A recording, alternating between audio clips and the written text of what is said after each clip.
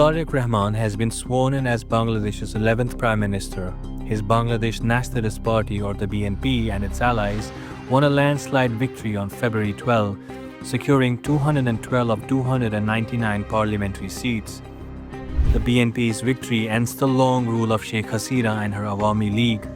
Hasina was deposed in August 2024 after weeks of student-led protests spiraled into a nationwide uprising. As pressure mounted, she fled Bangladesh and later took refuge in India. An interim government led by Nobel laureate Muhammad Yunus was formed to stabilize the country and oversee a political transition.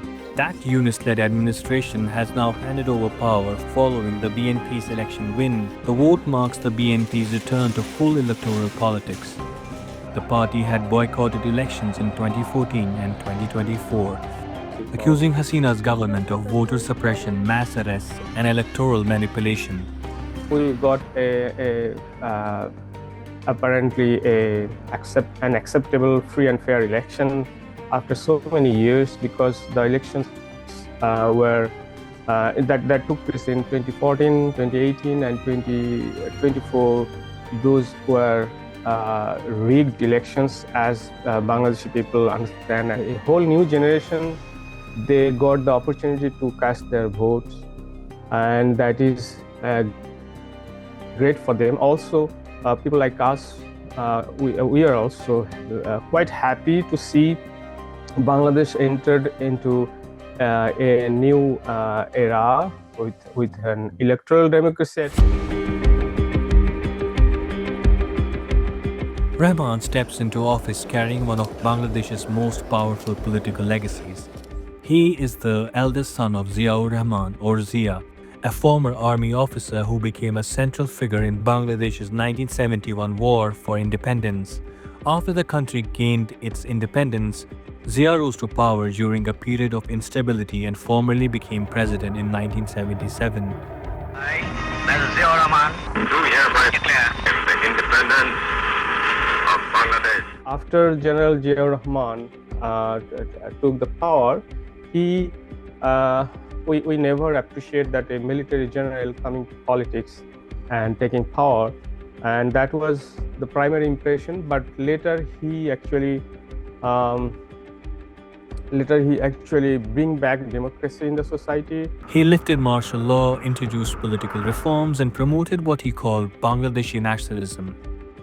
His administration also recalibrated foreign policy, restoring ties with Pakistan and strengthening engagement with Muslim-majority nations. He developed more relations with the USA, especially he developed relations with Middle Eastern countries, and more importantly, he appeared as his approach to foreign policy was like a bit smarter, and he actually initiated SARC, SAARC, and in that way he arrived as an internationally celebrated statesperson from Bangladesh. Zia was assassinated during a failed military coup in 1981. He was survived by his wife Begum Khalida Zia and their two sons Tariq and Arafat. Khalida took charge of the BNP and became Bangladesh's first female prime minister in 1991. For decades, Khalida Zia and Sheikh Hasina took alternating shifts holding power, defining the country's deeply polarized politics.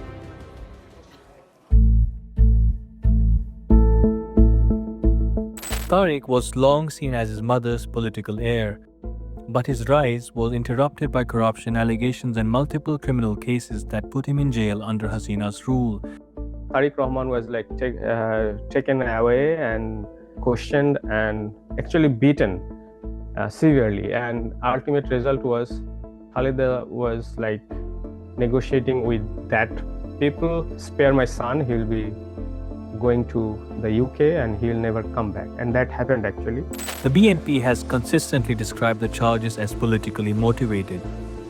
Despite this, Tariq continued to run the party remotely from London and remained closely connected to grassroots supporters.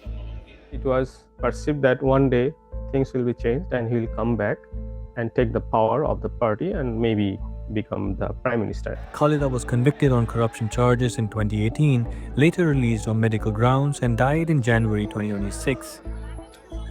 Now, after years in exile, Tariq returns to lead a country emerging from political upheaval.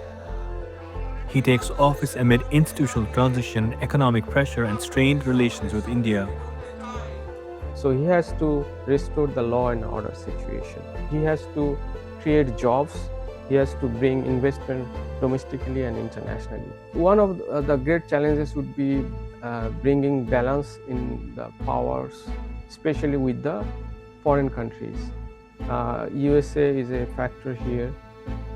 China is a factor here, but the biggest factor is India here. The Ziaur political dynasty continues, and Bangladesh's next chapter will be defined by whether it delivers stability or deepens division.